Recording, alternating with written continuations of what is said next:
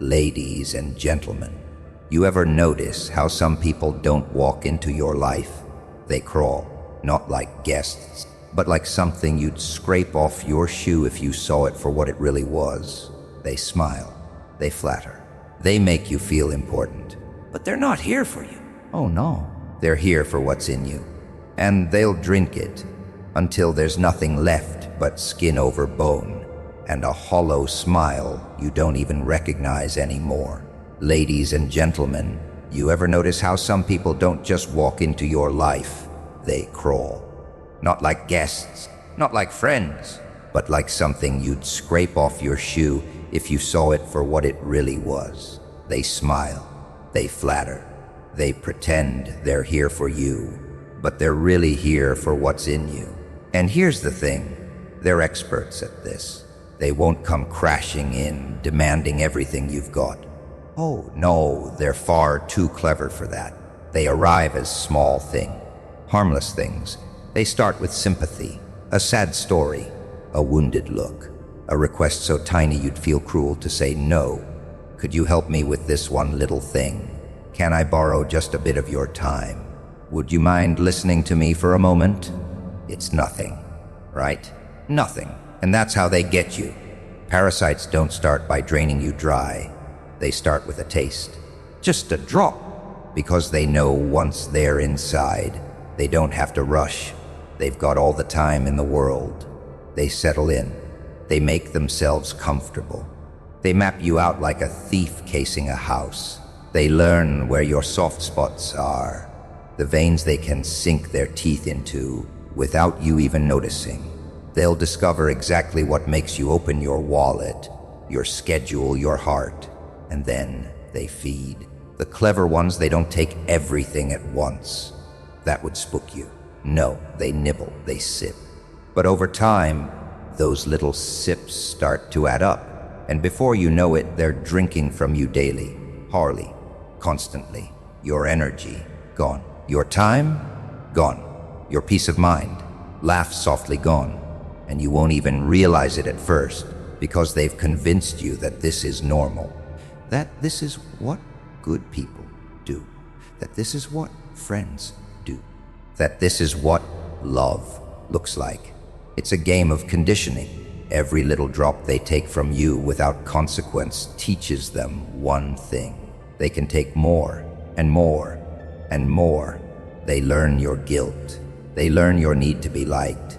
They learn how you hate saying no, and they sharpen those things into weapons against you. Now here's the part you need to hear. They don't feel bad, not one bit. You think you'd feel guilty draining someone like that. They don't.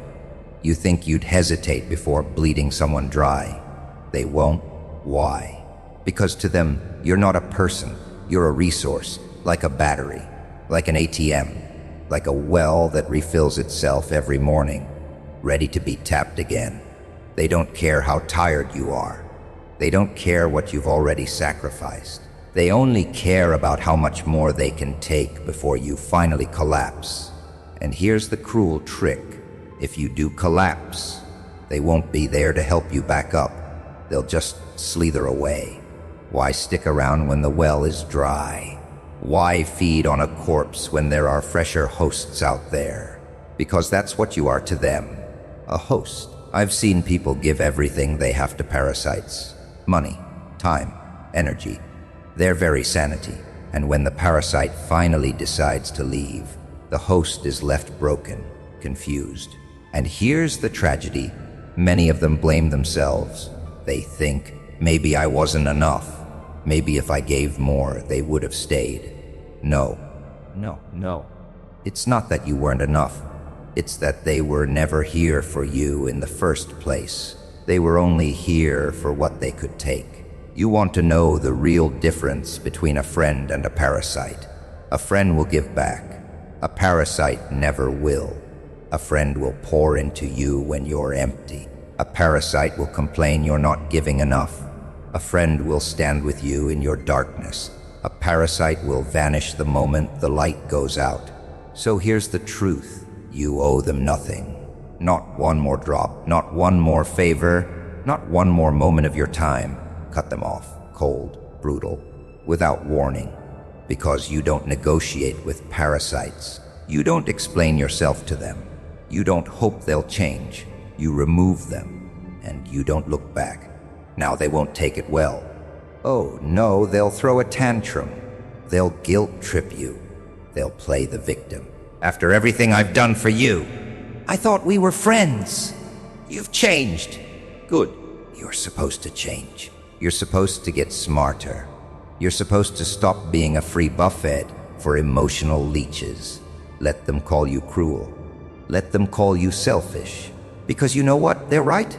You are selfish now, and that's exactly how you survive. Parasites don't deserve 100% of you. They don't deserve 10%. They don't deserve 1%. They don't even deserve 0%, because that 0.1%, that's still a part of you. And they'll take it and use it, and then they'll come back for more. So shut the door, lock it, board the windows. And when they come knocking, begging for just a little piece of you, remember this: give them nothing. Not a word, not a drop, not even the sound of your footsteps walking away. Because once you stop feeding them, they starve. And that, my friends, is how you win. You're so kind. Sounds nice, doesn't it? A compliment, a warm pat on the back, the kind of thing that should make you feel proud. But let me tell you something about people, the wrong kind of people. To them, kindness isn't just a virtue, it's a weakness. A flashing neon sign that says, easy access, no toll, no consequences. They see kindness the way a thief sees an unlocked door, not as something to admire, but as something to exploit. It starts small, always small, a harmless request. Could you help me out this once? Of course you can. You're a good person. That's what you do. Then it becomes a little more. A favor, a tiny loan, a quick errand. You say yes, because that's who you are. Because you don't want to be the bad guy.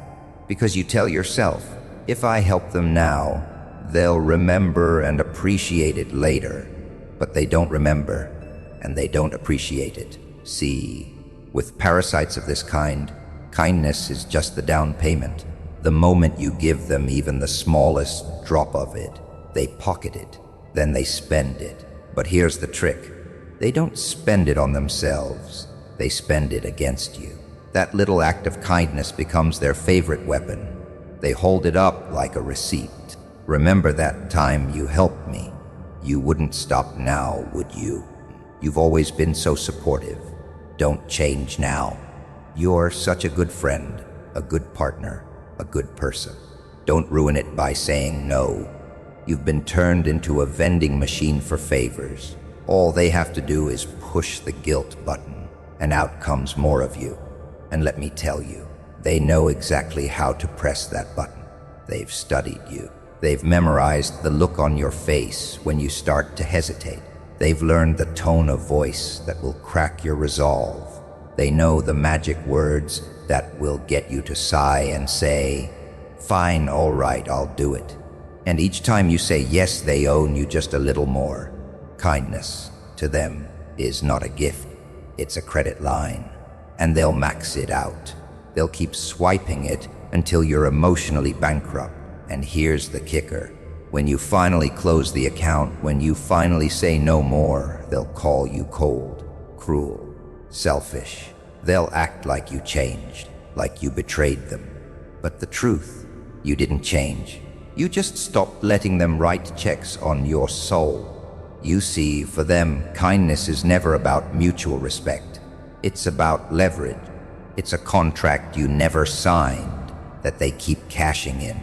And you've been footing the bill, thinking this was friendship, loyalty, love. It wasn't. It was a transaction. Let's talk about why they do this. Because deep down, they don't value kindness. They fear it. Not because it's powerful, but because it exposes them.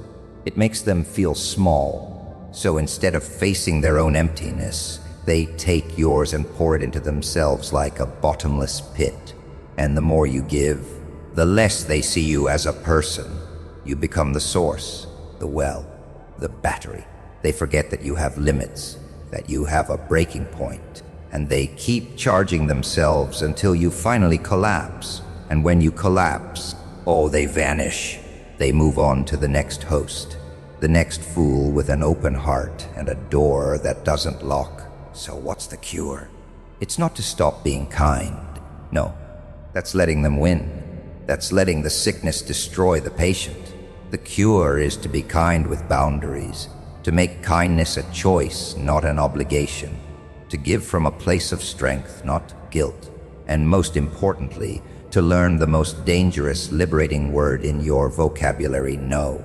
Say it without apology. Say it without explanation. Say it even when their face twists into a mask of shock and betrayal. Because that betrayal, it's not real. It's not about you changing. It's about you refusing to keep playing your role in their little theater. You've stopped being the ever-generous hero in their story, and they hate it. Here's the truth they don't want you to know. Kindness is precious because it's rare, and if you give it to the wrong people, you're just handing pearls to pickpockets. They'll never treasure it. They'll never protect it. They'll just see it as proof that you can be used again and again and again. So stop letting them treat your kindness like a currency they can spend at will. Stop letting them turn your heart into a debit card. Stop letting them convince you that saying no makes you a bad person. Because the moment you believe that, they've already won. And you, my friend, are worth far more than they could ever afford. They'll take it all. Oh, not all at once. No, that would be too obvious. They're clever. They're patient. They know how to make it feel mutual. At first, it's small things. You give your time, they're grateful. You give your energy, they're impressed. You give your loyalty, they're moved. And so it begins. They make you believe you're building something together. A friendship, a partnership, a love. They make you think that all this giving is an investment, and investments pay back, right? That's the rule, isn't it? But here's the thing, there is no return, not from them, not ever. They'll smile in your face as they take. They'll tell you you're special.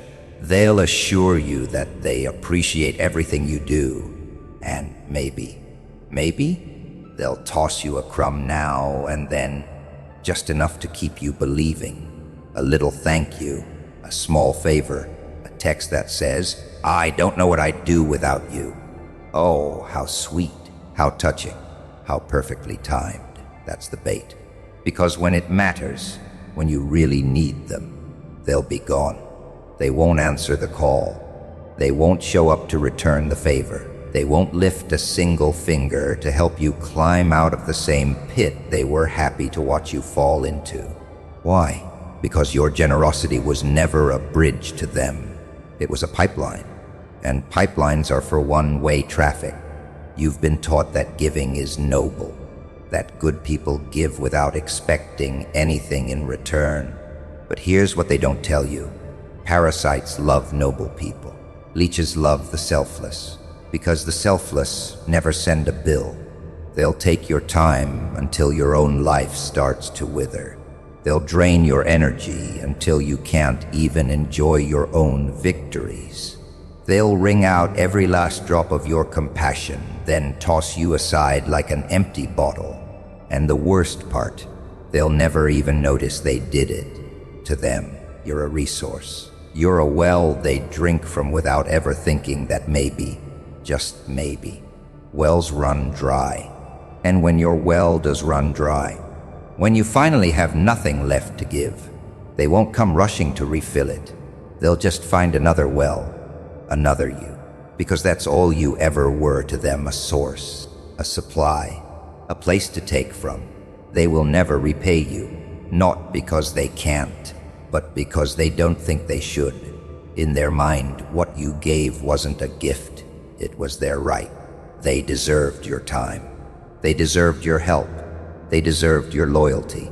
You, my friend, were just fulfilling your role.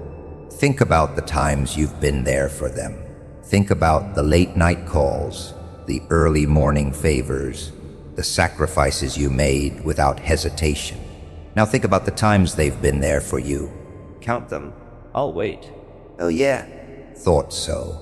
The truth is, the balance sheet has never been even. You've been running a charity, and the only member of your charity's board is them. They'll never give back what you give away, because they never intended to. You want to know the dangerous part. The more you give, the less they value it. It's human nature. Scarcity breeds appreciation. Abundance breeds entitlement.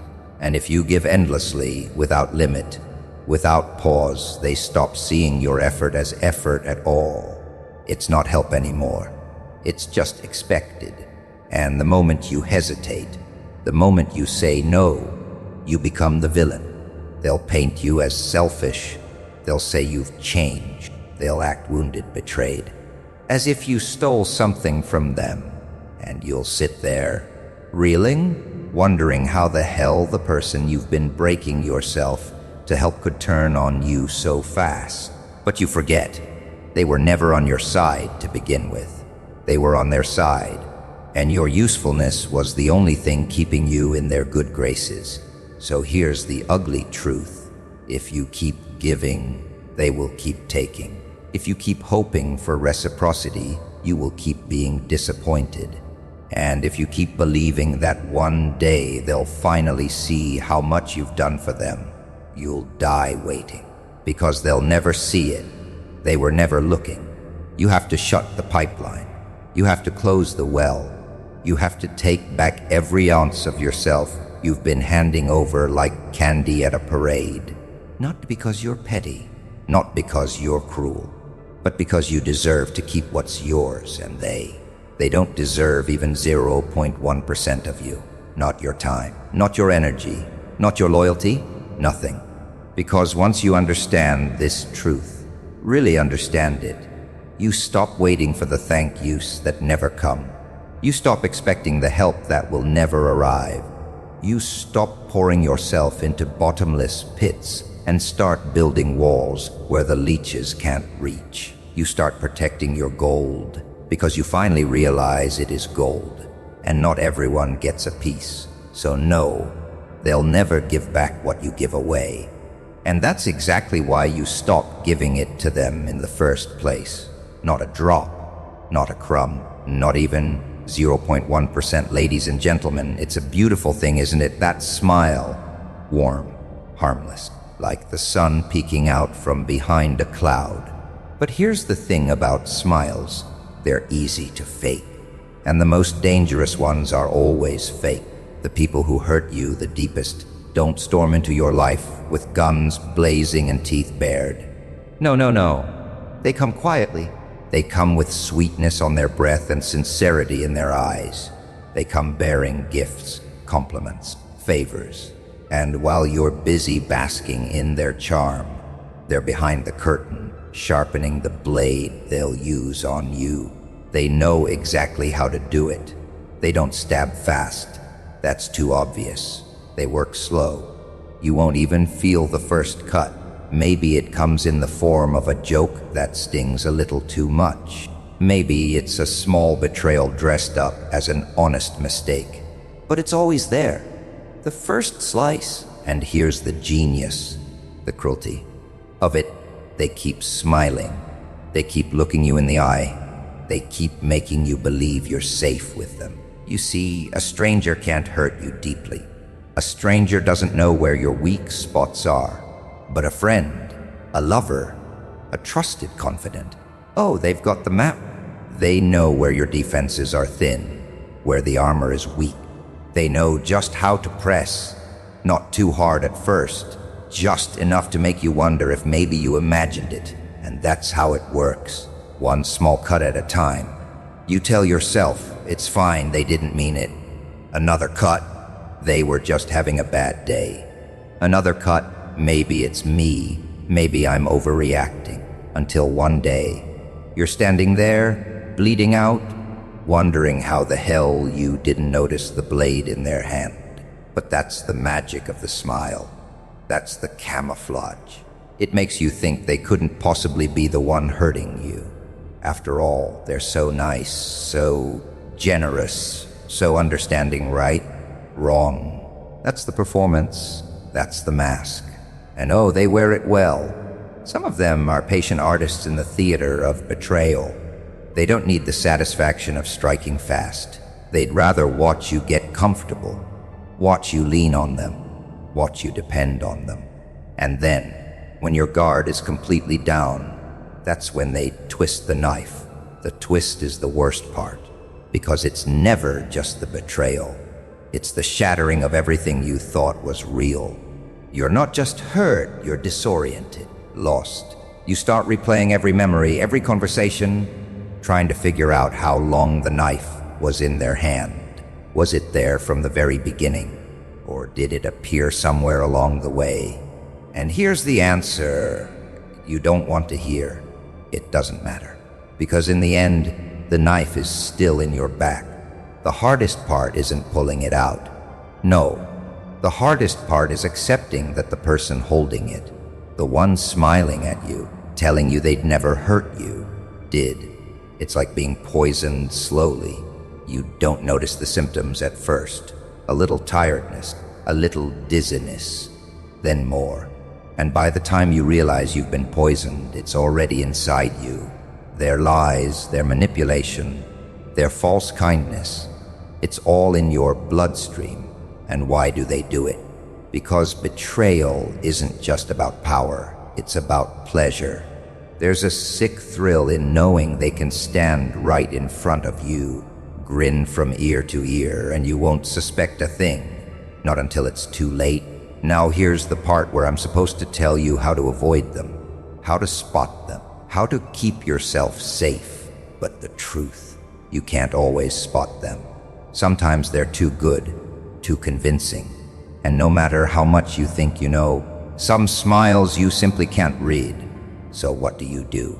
You remember this? If someone truly cares for you, they will never make you question whether they do. The ones who truly belong in your life will never make you feel small for trusting them. They won't joke at your expense until it stings. They won't accidentally betray you and then laugh it off. Because the ones who love you, genuinely love you, protect you. The ones who don't, they protect themselves. So when you see that smile, that too perfect smile that doesn't quite match the eyes, pay attention. When the compliments start tasting like honey but feel like poison, pay attention. And when you feel that first cut, no matter how small, don't ignore it, because a cut is a cut, and the person holding the knife, no matter how sweet they sound, is still holding a knife. Let them smile, let them grin, let them keep sharpening their blade. Just don't stand close enough to feel it when they swing. And if you've already felt it, if you're already bleeding, don't waste your breath asking why. Some people don't stab because they have a reason. They stab because that's what they do.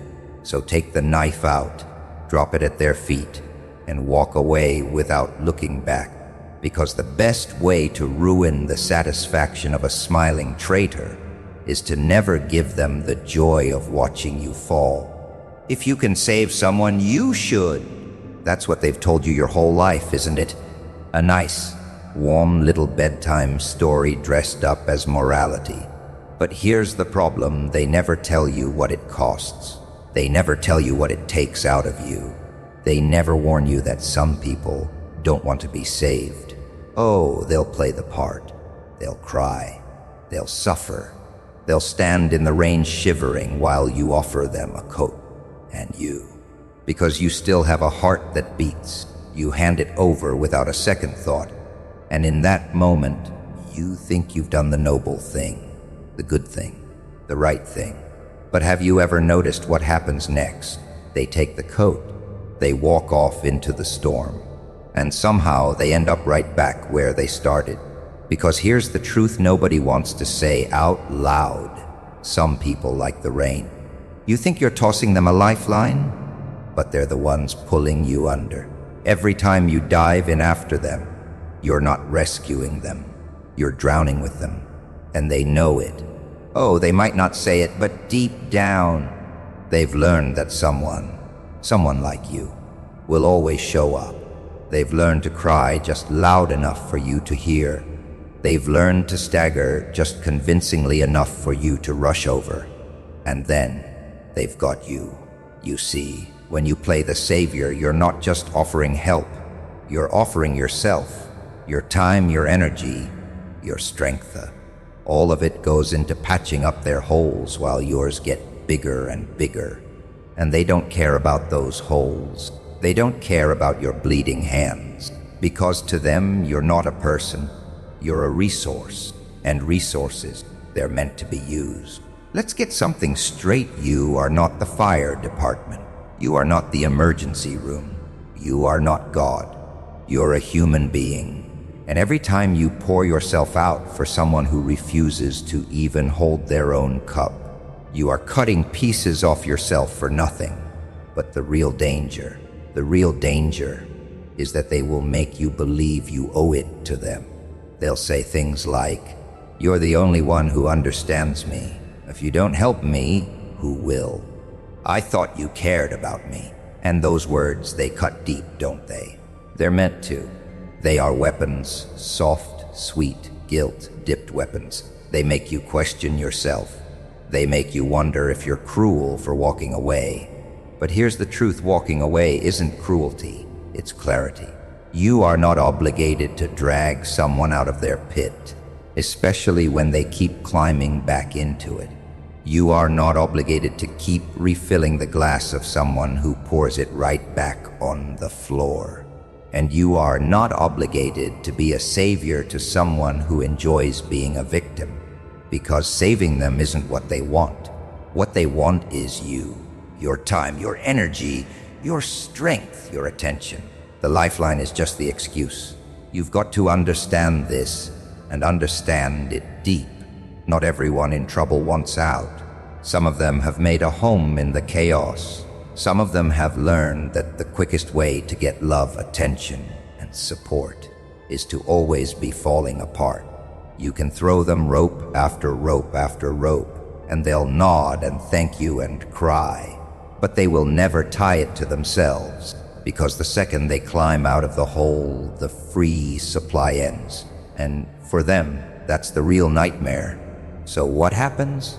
You keep running into burning buildings, thinking you're the hero.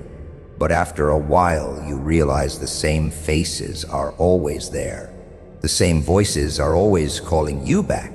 And you notice something strange. The fires aren't accidents anymore, because some people light them on purpose. You have to stop. You have to drop the cape, because the cape is heavy, and the cape will kill you before it saves them. You don't owe anyone your ruin. You don't owe anyone your collapse. And you certainly don't owe anyone the slow erosion of your soul in the name of help. Let them cry. Let them wail. Let them scream your name and tell the world how cruel you are for walking away. Let them twist the story until you're the villain. Because here's the secret: villains are just heroes who stopped dying for people who never planned to live. So don't be their hero. Don't be their savior. Save yourself. Because when you finally pull yourself out of their endless storms, you'll see the sun again, and you'll realize something beautiful. It was never your job to hold up their sky. They told you, be kind, be generous, be giving. Pour yourself out for others. That's what makes you a good person, right?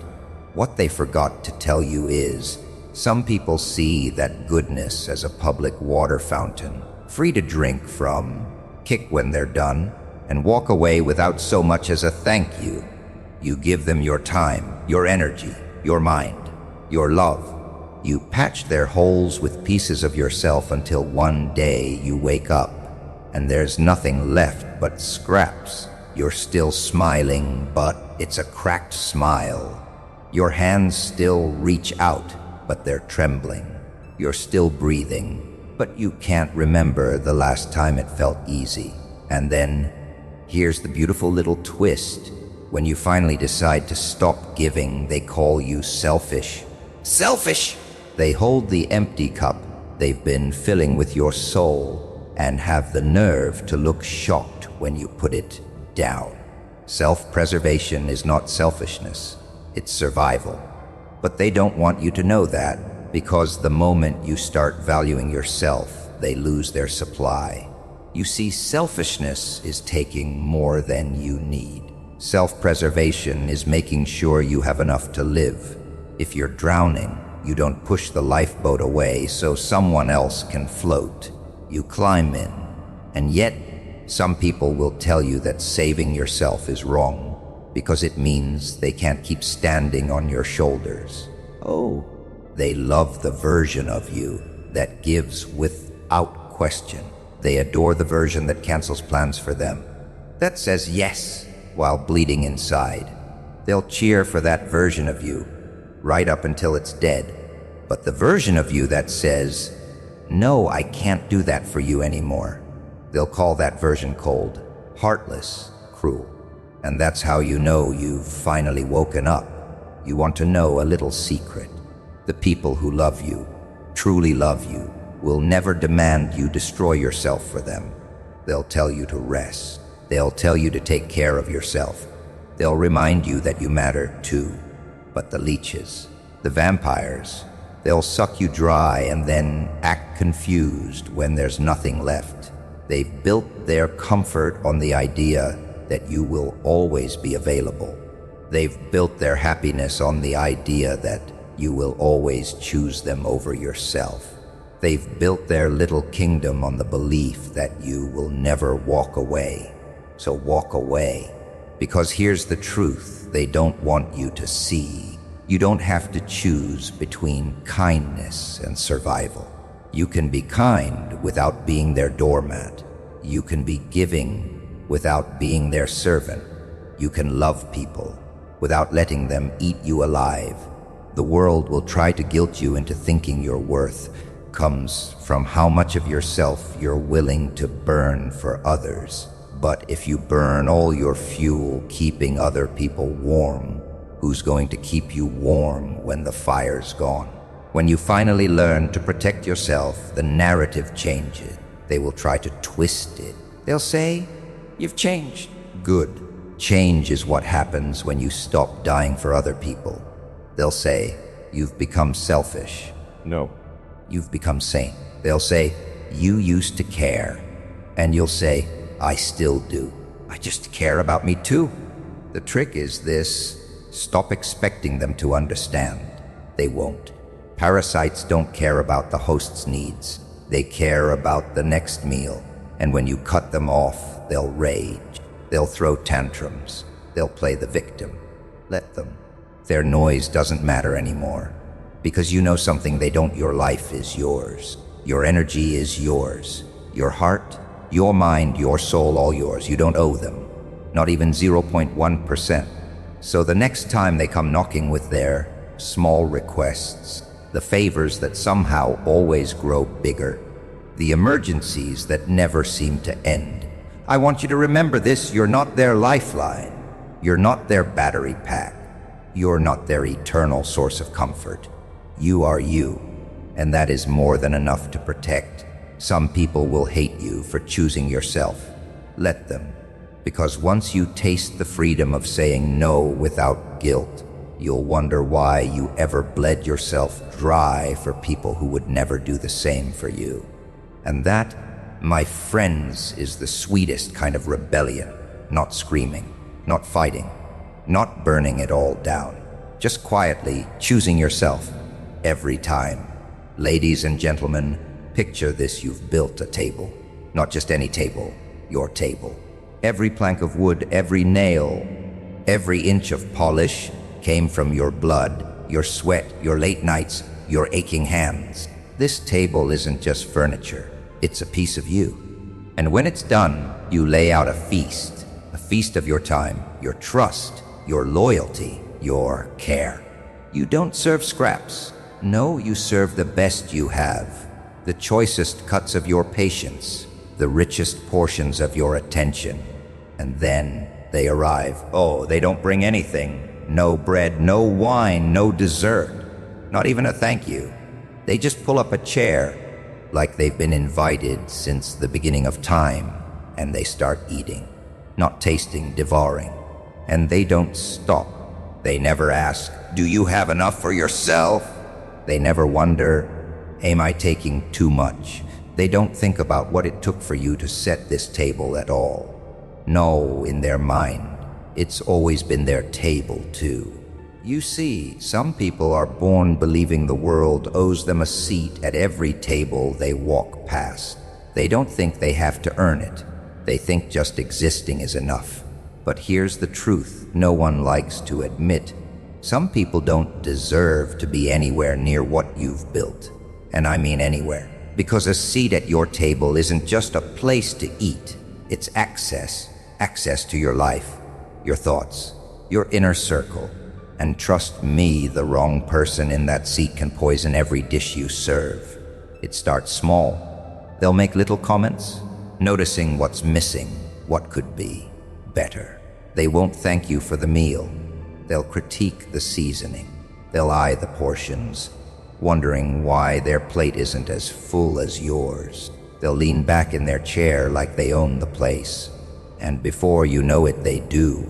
Not because they earned it, but because you let them. That's the trick, isn't it? They never take the seat by force. They let you give it to them. They make you believe they belong there, that they need to be there, that somehow the table wouldn't feel right without them. And because you're a good host, generous, kind, decent, you convince yourself to keep them there. Maybe they'll appreciate it someday.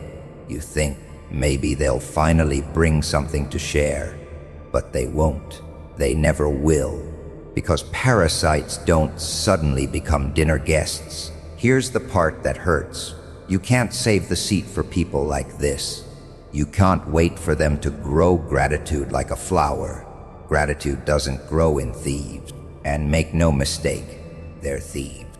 Not of money, not of silverware, but of the things you can never replace: your energy, your trust, your peace. Now imagine this.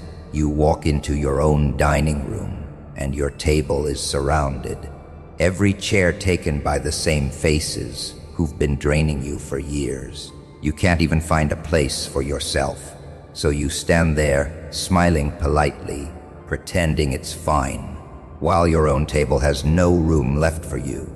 That's when it hits you. This is your house, your table, your food. And somehow, you've been reduced to a servant in your own home. And that's the moment you stop serving. You pull out the chairs one by one. You clear the plates. You take the table back. And when they protest, because, they will, you simply tell them, this table isn't for you anymore. They'll gasp. They'll be offended. They'll call you cruel, selfish, heartless. Let them. Because the truth is, the moment you built that table, you earned the right to decide who sits there. You pull out the chairs one by one. You clear the plates. You take the table back. And when they protest, because, they will, you simply tell them, this table isn't for you anymore. They'll gasp. They'll be offended. They'll call you cruel, selfish, heartless. Let them. Because the truth is, the moment you built that table, you earned the right to decide who sits there. And if someone poisons the air every time they join you, they don't deserve to breathe it in the first place. Here's the thing. The world will always tell you to keep the peace, keep the seats full, keep everyone happy. But what they don't tell you is that keeping the wrong people at your table is how you lose everything. Empty chairs are better than occupied ones filled by people who only take. Silence is better than the noise of fake gratitude and solitude. Solitude is a banquet compared to sitting beside leeches who chew with their mouths open. So, my friends, stop setting places for people who never brought anything but appetite. Stop serving to those who have never once served you. Stop pretending they deserve the view from your table, because they don't. They never did. And every second you let them sit there is a second you're telling yourself that you don't deserve better. And that is the biggest lie you'll ever tell yourself. Your table is sacred. Guard it like your life depends on it, because in a way it does. Ladies and gentlemen, do you have any idea at all how valuable you are? Not in some cheap, inspirational poster kind of way. Not in that tired, hollow, believe in yourself chant they feed you in school. No, I mean really valuable, like gold, like diamonds, like oxygen in a sealed room. And yet you give yourself away like loose change to beggars who would spit on you if you ever stopped tossing coins into their cups. See, here's the trick. Most people don't realize their worth until it's already gone. You spend your days handing out little pieces of yourself, your time, your energy, your attention, like free samples at a supermarket. You don't even notice it slipping away. Someone wants you to listen to their endless, miserable story. Sure, someone needs a quick favor that somehow becomes your full-time job. Absolutely. Someone just pops by to unload all their emotional garbage on you. Of course, you're the strong one, right? It's funny. If you handed them an actual gold coin every time they drained you, you'd call yourself insane after the first week. But when it comes to your mental space, your emotional strength, your presence, oh no, that's somehow free. That's just who you are. But here's the secret they don't want you to know. You are not cheap. You are not replaceable. And even the smallest fraction of your attention is worth more than most of them will ever earn in a lifetime. Think about it. A drop of water in the desert, a match in the dark, a breath in a drowning man's lungs. That's what you are to them. That's what even 0.1% of you is worth. And yet, they take it like it's theirs by birthright. They will demand it, they will drain it, and they will never thank you for it. Because gratitude is impossible when they believe they're entitled to you. You see, people don't line up to take from you because you're weak.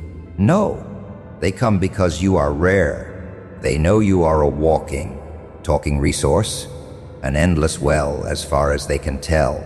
And the most dangerous kind of thief isn't the one who breaks in through the window.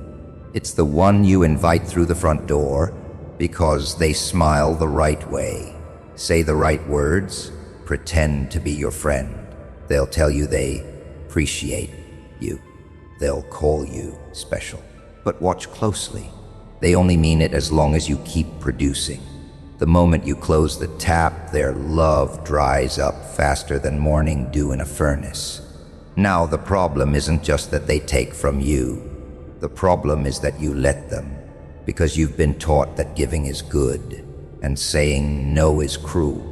They've convinced you that protecting yourself is selfish, that being selective with your time makes you cold, that turning someone away makes you the villain in their little sob story.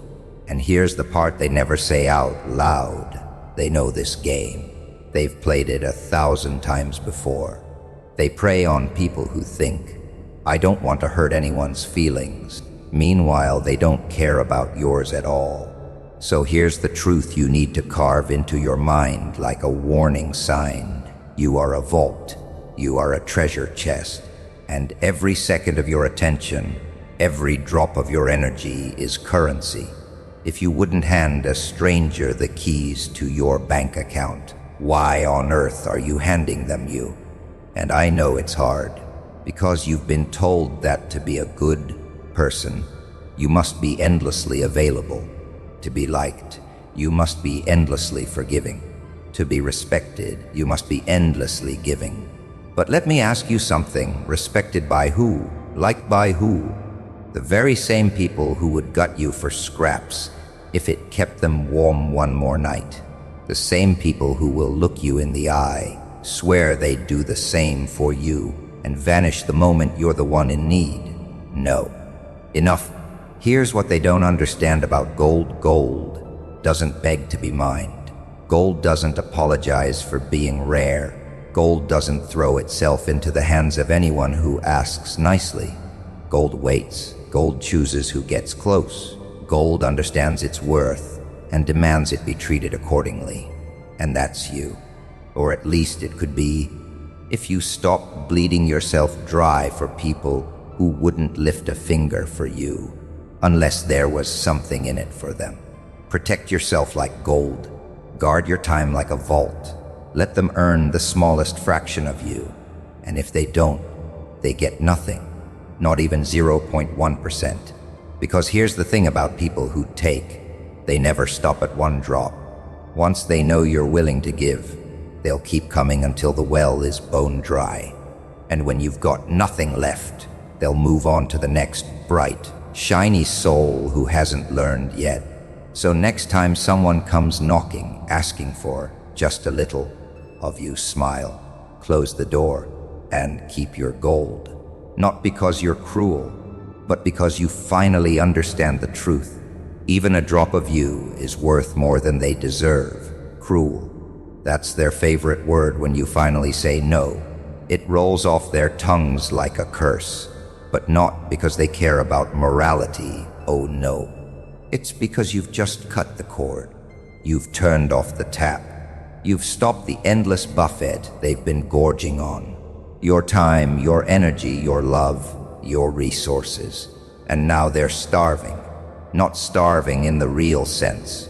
No, they're starving for you. For the way you made their life easier, smoother, softer. For the way you bent over backwards to keep them comfortable. For the way you fed them pieces of yourself until you didn't even recognize your own reflection. At first, they won't even believe it. They'll laugh it off. You're just having a bad day. You'll come around, because in their mind, you belong to them. They've mistaken your generosity for servitude. But when they realize you're serious, when the no is iron, unshakable, final, that's when the mask slips, and behind that smiling face, something uglier, something hungrier. They'll start with guilt. Oh, after everything I've done for you. It's funny how their list of everything somehow skips over the years you carried them on your back. Then comes shame. You've changed. Of course you've changed. Growth always looks like betrayal to those who can't control you anymore. And then the final act, character assassination. They'll twist your name into a warning, whisper poison into the ears of anyone who will listen. They're heartless.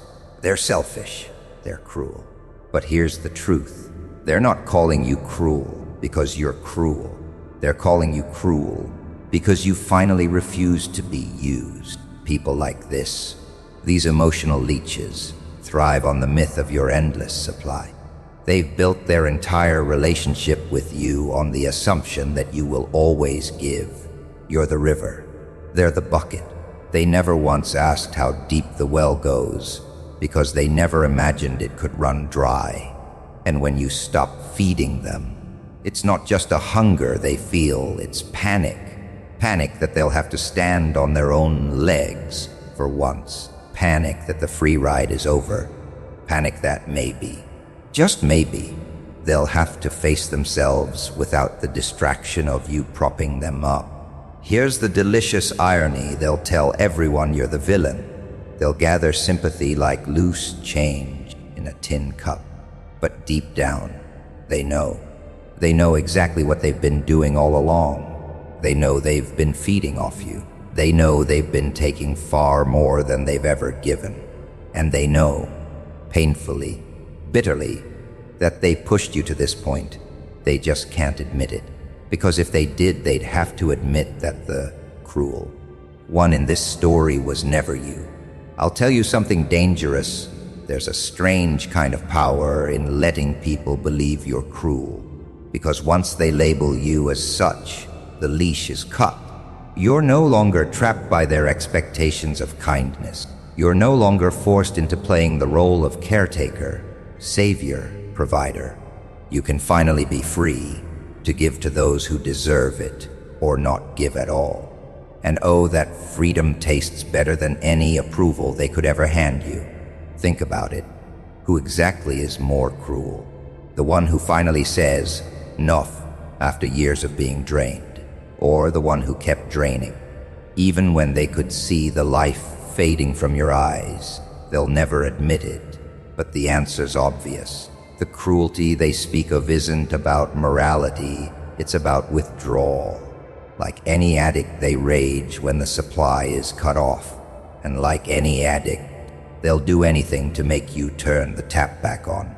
They'll remind you of the good times. They'll suddenly remember your birthday. They'll cry in front of you. They'll promise to change. But understand this, promises made in desperation are just words wrapped in panic, and panic fades. Sooner or later, they'll slip right back into the same pattern. Because parasites don't change. They just find new hosts. So yes, they will call you cruel. Wear it like a medal, because that word, from their lips, means you've done the one thing they never thought you'd do. You've put yourself first, and when the world calls you cruel for saving yourself, it says more about them than it ever will about you. They will tell you otherwise. Oh yes, they'll tell you that you owe. They'll lean in close with that knowing smirk and remind you of every moment you ever said yes to them. Every hour you gave, every favor you did, every time you showed up when nobody else would. They'll list them like a lawyer reading charges in a courtroom, as if your kindness is evidence of some permanent debt. They want you to believe that because you've given once, you must keep giving. Because you've helped before, you're on call forever. Because you've opened your door, they now own the hinges. But let me tell you something, you owe them nothing. Not a crumb, not a second. Not a single drop of the blood they've already taken from you. Do you know how I know? Because they never kept their end of the bargain. There never was a bargain. You gave out of generosity, they took out of greed. You gave without strings, they tied the strings themselves and wrapped them around your throat. You didn't sign a contract. They forged one and told you it was binding. This is how they work. They create invisible chains, and they expect you to pretend you can feel the weight. They speak in a language of guilt and obligation, carefully chosen to make you think you're the bad one for walking away. And when you finally do walk away, when you finally gather the courage to cut the chain and slam the door, they'll gasp. They'll clutch their pearls. They'll call you cruel, selfish, heartless. Oh, but don't you see the trick? Cruel is just what they call you when their little feeding tube gets ripped out. Selfish is what they call you when you stop pouring into a cup that was never meant to fill. Heartless is what they call you when you realize the game they've been playing and decide you're not interested anymore. It's all manipulation, theater performed by leeches. Let's get something very clear. Kindness is not a debt. Generosity is not a contract. Love is not a leash. You can love people without letting them feed off you like a parasite. You can care about people without giving them permanent access to your soul. You can help people and then stop helping when it starts killing you. Because here's the part they never want to admit. They wouldn't do the same for you. In fact, they've already proven they won't. When you were on your knees, where were they? When you needed someone to return the favor, where were they? When you gave your last drop and needed just one in return, they were gone. They were always gone. You see, their version of loyalty is very selective. It applies when they need you and it disappears when you need them. Their memory of favors is very sharp when it comes to what you've done for them, but strangely foggy when it comes to what they've done for you. It's not an equal exchange. It never was. So you owe them what exactly? Nothing. Absolutely nothing. And here's the dangerous, beautiful thing about truly believing that once you realize you owe them nothing, you stop explaining yourself. You stop apologizing. You stop handing over little pieces of yourself every time they guilt-trip you. You start to reclaim your time, your peace, your strength. And trust me, they hate that more than anything. Because when you stop owing them, you stop fearing them. And when you stop fearing them, you become untouchable. They'll try every trick in the book to pull you back. They'll remind you of all we've been through. They'll tell you, you wouldn't be here without me.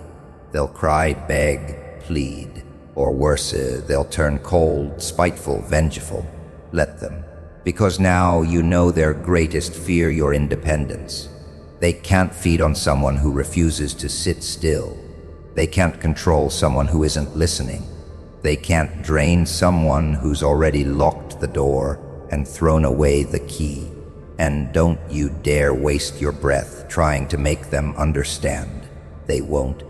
Not because they can't, but because it's in their best interest not to. Understanding would mean admitting they were never entitled to you in the first place, and that would shatter their whole little reality. So stop explaining, stop negotiating. Stop offering them even the smallest piece of yourself in the hope they'll get it. They don't deserve 50%. They don't deserve 10%. They don't deserve 0.1%. You owe them nothing. And once you see that truth for what it is, the world changes.